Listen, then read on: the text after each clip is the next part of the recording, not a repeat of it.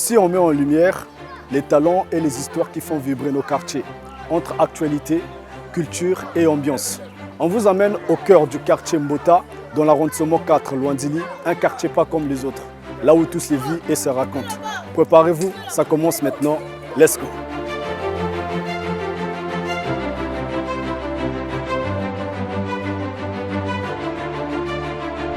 Bon, maintenant Carlos ça va vraiment, difficulté na beta wa ninzil tete.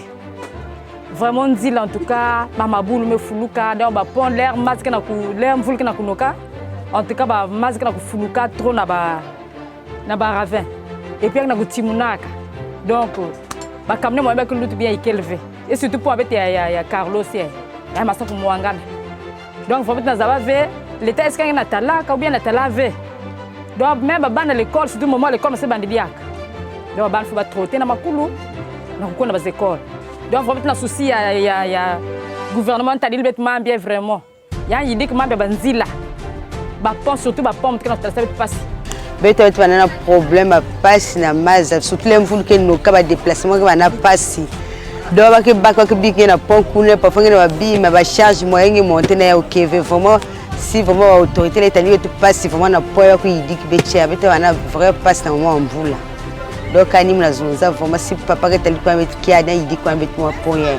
Là mon bon mal ça vraiment mais t'as pas de difficulté et de bête. Bonjour, en tout cas bête na Carlos ça va pompe Kevin va forage tant maman passe papa pardon à Beno. Ben ça bête attache tu chiles non pompe pour Carlos l'envoie no pardon tout à l'ombe là me pardon zeno batam fumu tu chiles non pompe beto mamba kum passer qui va tete et imbini maza beto wa si courant nienga wa courant kemalonga keleve mas quel même pas si vous n'aurez pas 100 gros marché 400 mais c'est quoi ngoyo il faut me 2000. Et à travers un forage, on travers côté de terre dans mon forage. Terre sable. Non, pour 5 bidons, 5 bidons sont en fond. 5 bidons sont en fond. Bon, moi, avec la Carlos, ça va. Et n'a pas de difficulté paquet. Il y a pour me gagner pont. Il y a ici koune. Pont ina, faut pas y dire qu'il y a une ville. Zilina, il y a que ici, faut monter dans une pour que le camion va dans passage et rouler dans une ville. Vraiment, l'état tellement bien. Surtout un masse n'a pas pompe. Et courant, c'est que stable là. Il y a que 1 sur 2, 4 sur 2, après le quiz. Donc du coup, il y a une facture et Sénégal national au Bantou. Il y a correspond même pas à l'utilisation qui est utilisée pour. Surtout ce pont-là, ça se remplit, c'est la cata. Il n'y a pas moyen de traverser, il n'y a rien, donc il y a beaucoup de difficultés. Alors ce qui concerne de l'eau, il n'y a que des forages en permanence. Les pompes sont vraiment en difficulté. Il n'y a pas une société d'eau publique qui peut permettre à la population de puiser l'eau librement chez soi-même. Des gens sont là à payer des gens parfois pour venir leur transporter de l'eau. En plus, les bidons sont vendus à 4 bidons à 100 francs. D'autres en font la profitation des bénévoles, des gens, des clients. Ils en prennent 3 bidons à 100 francs, 4 bidons, 5 bidons. Parfois, c'est seulement un bidon à 50, surtout quand il n'y a pas d'électricité. Les grands quartiers populaires d'Mbota, Mvumvu, Luandili ont commencé à s'urbaniser dans les années 1940 et 1950, avec l'arrivée massive de travailleurs venus du Poul, du Nyari, de la Bouenza et même d'Angola. Mbota a véritablement pris forme dans la seconde moitié du XXe siècle, 1960 à 1980. Période où Pointe-Noire a connu une explosion démographique liée à l'essor du port pétrolier et industriel. Donc on peut dire que Mbota a commencé à être habité entre les années 1940 et 1950 et s'est densifié surtout après l'indépendance 1960. Une enquête menée en décembre 2010 dans le quartier de Mbota, composé de 4 secteurs, a couvert 317 ménages, soit environ 1230 personnes, en se basant sur une moyenne de 5 personnes par ménage. Au total, 1849 personnes de tout âge ont été interrogées. Cela suggère que Mbota représentait environ 9,5% de la population de la ville de Pointe-Noire à cette époque. Cette estimation est fondée sur des données partielles et ne couvre pas l'ensemble du quartier, mais seulement les ménages échantillonnés. D'après le recensement de 2023, la population de Pointe-Noire était de 1 398 812 habitants, selon le site City Population. La ville est divisée en arrondissements, dont celui de Luandili qui comprend Bota, comptait 35 528 habitants. Le quartier d'abord, on reçoit des invités qui font transpirer les gants et inspirer la jeunesse. Les piliers du quartier Mbota Carlos. À travers le sport, ils forment, motivent et transforment des vies. Ils sont devenus un exemple et une source d'inspiration qu'on peut ressentir. Le visage d'un quartier, c'est le reflet de ses habitants. Vous êtes bien sur Lux TV. On va recevoir nos invités sous vos acclamations.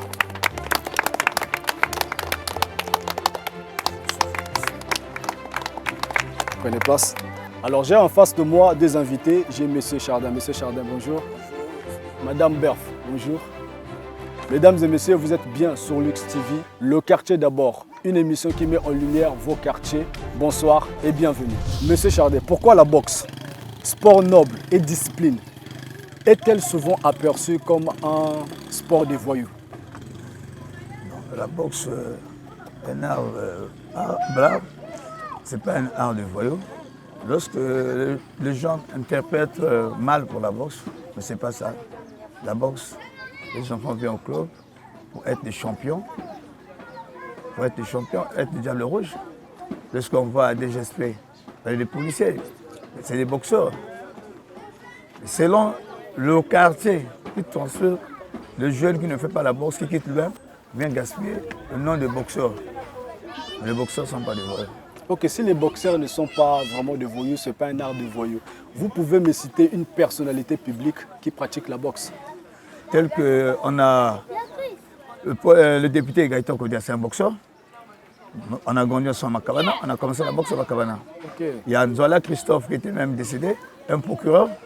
Donc si on peut comprendre, donc, la boxe est un sport noble, un travail comme tout autre travail. Voilà. Donc un pasteur peut-il pratiquer la boxe? Oui. On avait Mohamed Ali. Pasteur. Qui a pratiqué la boxe. Pas son âme. Dans son âme. Ok. Mais pourquoi les leaders de gang sont souvent des boxeurs? Vraiment, c'est difficile dans le club, on rejoint ça. C'est juste on écoute dans le rue, il y a des judokas, il y a des boxeurs. Mais c'est souvent des boxeurs. Oh non, pas tellement. Les boxeurs, vraiment, si peut-être ils sont écartés dans la boxe, c'est là où on écoute qu'un tel est bandit, mais il n'est pas dans la boxe. C'est la fédération et le ministère ne peut pas recevoir les bombes, les gangs. Mais vous savez que dans la rue, ça se dit partout. Vous êtes à l'origine de toutes ces violences, parce que c'est vous qui les avez créées. Maintenant, comment ça se passe vos recrutements? Est-ce que vous leur demandez leur projet à long terme quand vous recevez des gens qui veulent pratiquer la boxe? Comment ça se passe le recrutement? Bon, le recrutement de la boxe, c'est les enfants qui viennent. Bien sûr, on demande aux parents d'amener votre parent, soit maman ou papa. On demande l'éducation d'abord de l'enfant. Les athlètes chez lui à la maison, comment? Oh, mon enfant, ça va, il se comporte très bien. Mais mon enfant veut faire la boxe. Ça veut dire non, on veut pour récupérer les athlètes.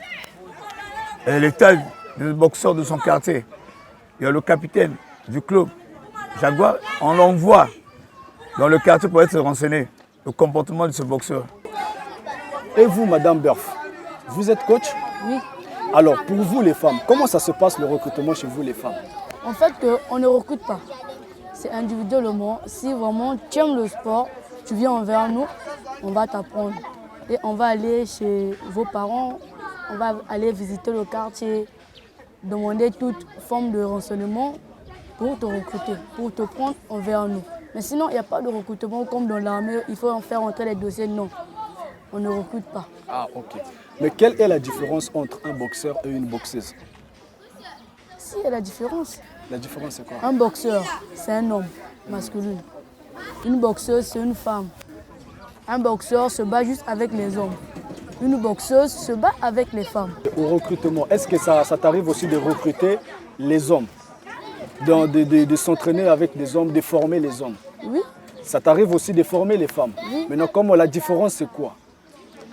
Dans le cadre de l'entraînement, il n'y a pas de différence. Il n'y a pas de différence, donc c'est la même chose. C'est la même chose. Ok. Alors, monsieur Chardin, Qu'est-ce qui vous a poussé à faire de la boxe votre profession? Je suis grandi dans un quartier qu'on appelle Rex. Et avec juste des boxeurs, de grands boxeurs. Le coach Tarzan perd son âme. C'était un grand boxeur. Je me suis dit, actuellement, ils sont en France. C'est des grands boxeurs. Donc, on nous prenait dans le quartier. J'étais à l'âge de 6 ans. On nous prenait après l'école. On m'amène à l'école des Beaux-Arts à Mvouvo. On allait pratiquer la boxe. Là où sa boxe m'a fait être un champion du Diable Rouge. Je voyageais à cause de la boxe. J'ai mon passeport à cause de la boxe. C'est le théâtre qui m'a fait. Donc si vous avez le choix entre la boxe et un autre métier, référez-vous le même choix? Si, pourquoi pas? Alors conseillerez-vous à vos enfants de suivre le même métier que vous? Non. Pourquoi? Moi, la boxe, c'est pour moi. Mais mes enfants, j'ai un enfant qui est boxeur, j'ai un enfant qui est joueur. Donc ils ne peuvent pas suivre votre chemin, devenir boxeur comme vous. Il peut être, c'est la volonté d'abord. C'est la volonté de la personne. Mais si on vous donnait le choix de donner un conseil à vos enfants, vous allez leur conseiller de suivre votre chemin. Mais j'ai un Diable Rouge qui est mon fils, il est là. Ah, ok. Bilendo Hector. Il a suivi son père. Il veut être comme son père. Il veut remplacer son père. C'est un destin. Tel qu'il est son grand frère, c'est un joueur. Moi, je ne connais pas jouer au foot. Moi, je pratique juste la boxe à l'âge de 6 ans. Jusqu'à aujourd'hui, j'ai 39 ans. Je fais que la boxe. Oh. Madame Burf, certains disent que la place de la femme, c'est à la cuisine. Pourquoi avoir choisi un sport considéré comme un sport des hommes? En fait, les gens qui disent que la place de la femme, c'est à la cuisine, c'est faux. Pourquoi les hommes de nos jours aussi partent faire la cuisine? Exactement. Donc, c'est comme j'ai choisi de faire la boxe, c'est mon choix à moi. Donc, ça va m'amener loin, ça m'a déjà amené loin. J'ai voyagé à cause de ça, j'ai vu plusieurs endroits à cause de la boxe. Mais qu'est-ce qui vous a motivé en tant que femme? Parce qu'aujourd'hui, comme je viens de le dire, la place de la femme, c'est à la cuisine. Être dans un foyer, gérer la maison avec son homme. Mais qu'est-ce qui vous a motivé? Vraiment, quel est l'élément déclencheur qui vous a motivé à choisir la boxe comme votre métier? En fait, que j'ai commencé la boxe à l'âge de 6 ans. Comme mon père qui est là, à l'âge de 6 ans. Donc, quand j'allais chez papa, il pratiquait, il montrait les autres. Donc, ça m'a vraiment plu. Jusqu'aujourd'hui, je suis avec. Aujourd'hui, j'ai appris que vous êtes Diable Rouge. Donc, un niveau très élevé dans la boxe. C'est ça, non? Comment faites-vous pour subvenir à vos besoins? Dire que j'ai un salaire, c'est faux. Au niveau de la FECOBOX, ils n'ont pas trop la capacité et le moyen financièrement de nous donner chaque mois quelque chose. Donc, c'est par rapport, quand ils ont quelque chose, ils envoient des dépôts dans nos comptes qu'ils ont pu faire pour nous ouvrir les comptes. Donc, quand ils ont quelque chose, ils nous envoient un peu, le peu, on fait avec. Donc, vous n'avez pas un salaire, on pourrait dire salaire de base? Bon, on n'a pas un salaire de base. C'est peut-être au foot qu'ils ont un salaire de base. Sinon, chez nous, à la FECOBOX, on est vraiment trop négligé. On ne nous gère pas trop. Si on nous gérait, on avait un salaire. On a un salaire, mais on ne nous gère pas. Chaque coup donné est une leçon, chaque chute est une force. On va marquer une petite pause pour suivre les témoignages de ceux qui partagent votre histoire. On ne change pas l'équipe du Gagne. Je suis avec Alain Mabiala et Yonel Manissa. Let's go. Nabakala on appelle ça témoignage. Façon bana boxe. Manitala à l'école de Beaux-Arts. À l'époque, je faisais 5e. Manitala Anji, Amani boxait bien. Moi, admirais Anji. Vraiment, un bakam très petite. Franchement, moi, encouragé Anji. Premier combat, Moutalaya, on a Braza. Deuxième combat Anji, dans le stade. Franchement, c'est un beau coach. Qui vraiment coach bien. Il enseignait les élèves bien, très bien. Amé Bassi, ça a pas mal à bas élèves. Hein. J'ai connu Jack Bauer qui fait, je crois, sergent-chef. C'est son boxeur, hein, c'était son boxeur, Jack Bauer. Le sport que je fais aussi de soulever ma machine, marcher avec, c'est grâce à mon grand parce qu'il nous a encadrés à la Révolution. On a grandi dans le même quartier. C'est un grand frère du quartier. Bon, mais aujourd'hui, en tout cas, ce que je peux dire, j'ai plein de témoignages. Avant que le Grand Plus évolue aujourd'hui dans des clubs comme Inter de Milan, il a boxé dans plein de clubs ici au Congo.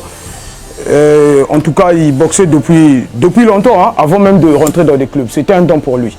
Bon, mais ce que je peux dire, moi, que je peux ajouter vraiment, le Grand, si aujourd'hui, il est toujours en retard ici au Congo, peut-être il faudrait lui mettre la main. Mettez-lui vraiment une main, sinon, le témoignage que je peux dire pour moi, c'est un bon boxeur. Mais il lui manque juste un petit financement, essayer de le soutenir, il va avancer. Les élèves sont là, il encadre bien les élèves.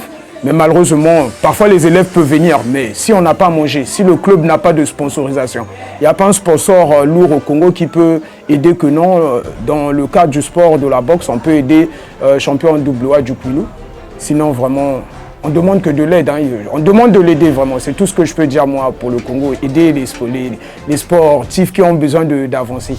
De retour sur le plateau pour plus de plaisir avec nos invités. Monsieur Chardet, parlez-nous de votre club. Vision, objectif et projet. Commençons par la vision.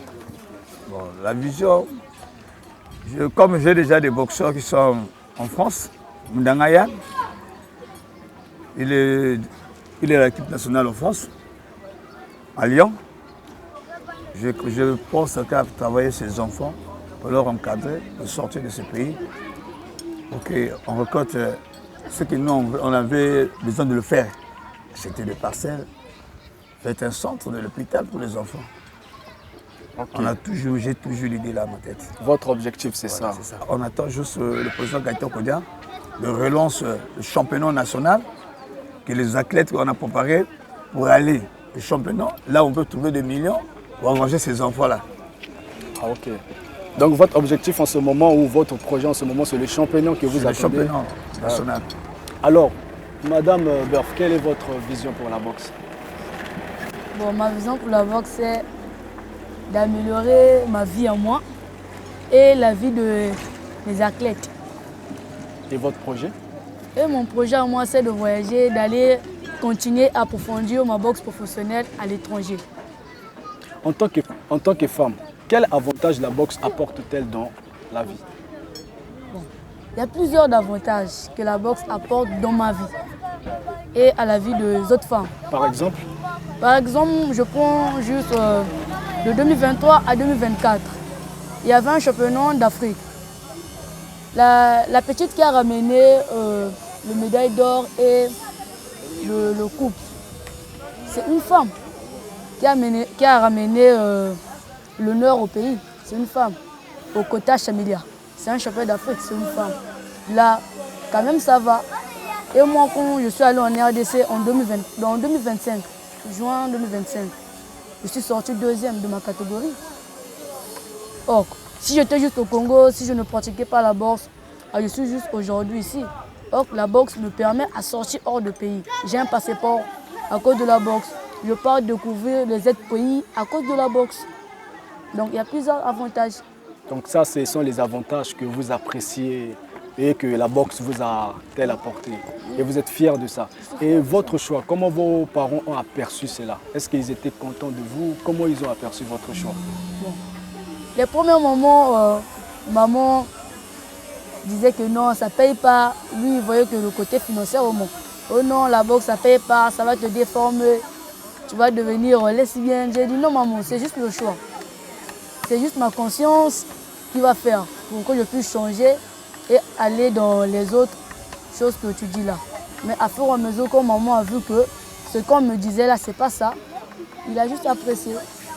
Parlons de l'orientation sexuelle. La plupart des femmes qui pratiquent la boxe ou le sport en général sont souvent des lesbiennes. Est-ce que vous êtes lesbienne? Non. Donc aujourd'hui, vous pouvez vous marier, mettre les enfants, tenir un foyer. Oui. Ah, bravo.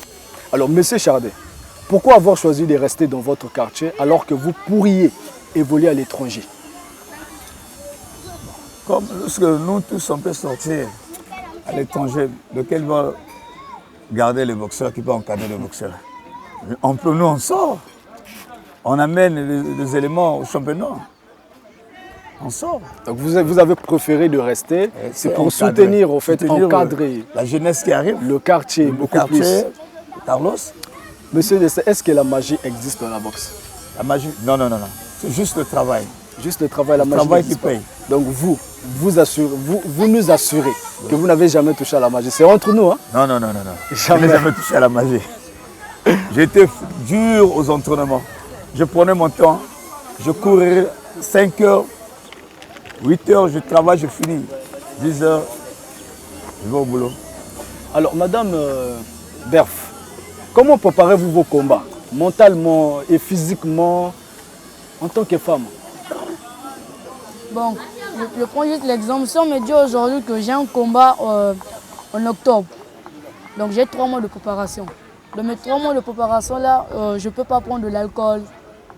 Je dois éviter des sorties futiles. Et aussi je dois éviter, si j'ai un copain, de m'accoupler avec mon copain. Donc je dois juste être stable et apte aux entraînements. Monsieur Chardet, en tant que coach et ancien boxeur, quelle est votre vision pour le développement de votre quartier? Nous, on veut que juste l'État fait. Parce que nous, la boxe, on ne peut pas arranger le quartier. On ne peut pas arranger le quartier. Il y a des députés qui sont avec nous, qui nous encouragent. Mais vous savez avec moi que Mbota est réputé par une violence dans les rues. Et les gens ont du mal à venir s'installer à Mbota à cause de cette violence. Les gens ont peur. Les gens ont peur de venir s'installer à Mbota. Mais vous, en tant que coach, que promettez-vous aux gens qui vous suivent? Non, Mbota aujourd'hui n'est pas Mbota d'avant. Mbota a changé, Carlos a changé.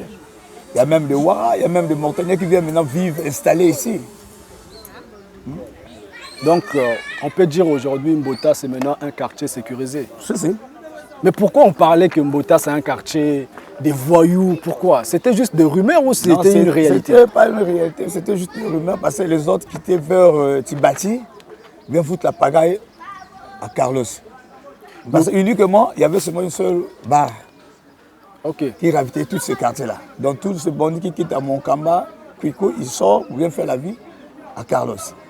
Mais ce n'est pas Carlos qui fait le banditisme. C'est comme je viens de le dire tout à l'heure, que c'est vous qui les avez créés. Mbota est reconnu, comme on dit, le quartier des champions, donc des boxeurs. Donc comment vous, en tant que coach, quel est votre message? Qu'est-ce que vous pouvez promettre à la population? Qu'est-ce que vous pouvez... Quant à nous, vraiment, la population, nous, on demande toujours... on protège toujours la population dans notre quartier. Aujourd'hui, si même tu quittes, tu viens faire la pagaille ici, vraiment, tu as peur, hein? On va t'arrêter. Nous-mêmes, on va appeler la police. En tant que moi, je parle en tant que chef de bloc. Je suis chef de bloc. Ah, vous êtes chef de bloc? Oui, je suis chef de bloc. Je suis boxeur, entraîneur. Et surtout dans mon quartier, là, il n'y a pas de jeunes qui font la politique. En tant que chef de bloc. En tant que chef de bloc, je mets toujours la main. Exactement. En tant que chef de bloc. Monsieur Chardet, quelles sont les difficultés rencontrez-vous dans ce quartier et que souhaiteriez-vous voir changer? Nous, vraiment, ça, on n'a pas de financement d'abord pour aider la population de jeunes au lieu d'aller faire du banditisme. Quelles sont les difficultés que vous rencontrez dans le quartier? Le quartier, difficulté, c'est juste les voies sont bizarres. Les gens, le véhicule ne peut pas beaucoup rentrer s'il y a l'eau. Il y a des gens qui vont au travail, il n'y a pas de déplacement. Si on commence à marcher là comme les gens en train de faire le lion qui est sorti à la ville, c'est ça vraiment qui nous fait défaut. En tant que coach sportif, il y a l'eau qui nous manque ici. Ah ok, l'eau, il y a un problème de l'électricité, ça va? Ça va, c'est pour ça vraiment on est... Donc vous avez un problème de voies, l'eau. Ça va pas vraiment? Ça va pas, ici il n'y a pas d'eau, il n'y a pas de pompe. S'il n'y a pas de pompe, vous avez quoi ici? On a juste des forages. Des forages? On vit avec des forages. Ok, en tant que coach sportif, qu'aimeriez-vous que le gouvernement change dans le sport au Congo? Mais c'est juste le financement du ministre. On a quand même un ministre. C'est le ministre qui va gérer avec le président de la fédération du club. Madame Berf, qu'est-ce que le gouvernement peut apporter de plus? Que le ministre des Sports nous jette à l'écart de la FECOBOX. Le ministre des Sports ne nous gère pas. Le ministre des Sports se focalise juste sur la FECO-foot, juste sur le foot et le judo. Les autres arts là, il met à côté. Sinon, que si le ministre des Sports vient envers nous, vient financer envers nous, il y aura toujours quelque chose en retour. Mais dans le Foco-Box, il n'y a rien. En fait, ce n'est pas le sport en général, mais beaucoup plus c'est la boxe qui est négligée. Qui est négligée. Il n'y a pas la possibilité de faire évoluer les enfants. Surtout dans le Diable Rouge, il n'y a pas la possibilité. Il n'y a rien là-bas. Il y a juste le titre que tu écoutes, que je suis Diable Rouge. Même la famille peut te bouffer pour rien, mais il n'y a rien qu'on gagne là-bas. Si le ministre peut changer. Ok, si le ministre peut changer, mais qu'est-ce que la boxe apporte dans une nation? Par exemple, avec le football, nous savons que si notre équipe est champion du monde, ça peut apporter le changement. Mais la boxe, ça apporte quel changement? Mais c'est juste la même chose, non? C'est la même chose. C'est la même chose. Si aujourd'hui que je sors hors du pays, je pars exemple au Canada. Si je suis sorti premier là-bas, le titre là, ça va partir où? C'est pour la nation? Non, c'est pour la nation, c'est pour le Congo. C'est pour le Congo. L'argent que tu vas gagner là-bas, c'est pour le Congo. Le Congo a toujours 50%. C'est pas moi-même qui le mouche. C'est partagé 50%, 50%. Donc, si tu es champion, par exemple, champion quelque part, 50% c'est pour la population, 50% c'est pour toi. C'est pour moi. Ok, aujourd'hui, si vous pouviez changer quelque chose dans ce quartier, que changeriez-vous en premier? En premier, les voies.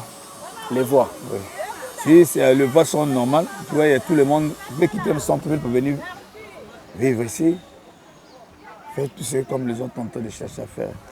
J'ai des boxeurs à Timamba pour venir ici, ils dépensent trop.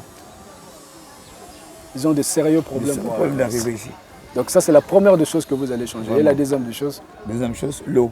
L'eau, exactement, c'est toujours le même problème. Vraiment. Alors, M. Chardé, vous avez quelques minutes pour passer un message à la population en tant que coach sportif. Okay. Vous regardez votre caméra, tout juste là-bas. Vraiment, bonjour, bonjour mes frères du quartier Carlos et toute la population du Carlos. On demande juste un changement de quartier. S'il y avait des banditistes, arrêtez du banditisme dans le quartier. Nous sommes calmes ici. On veut la paix ici. On veut la paix. Nous sommes tranquilles. Il y a seulement l'eau qui nous tue ici. Vraiment, je vous dis, vraiment, on demande à l'État de nous arranger les pompes, nous arranger les voies. Vraiment, je vous aime, mes frères. Merci. Madame Boff, un petit message pour la population. Votre caméra est tout juste là. J'aimerais juste dire au gouvernement de nous donner du travail, des emplois. C'est juste mon message. Le gouvernement en fait changer ça. Madame Boff, merci beaucoup. Monsieur Chardé, merci beaucoup. Ce fut un plaisir.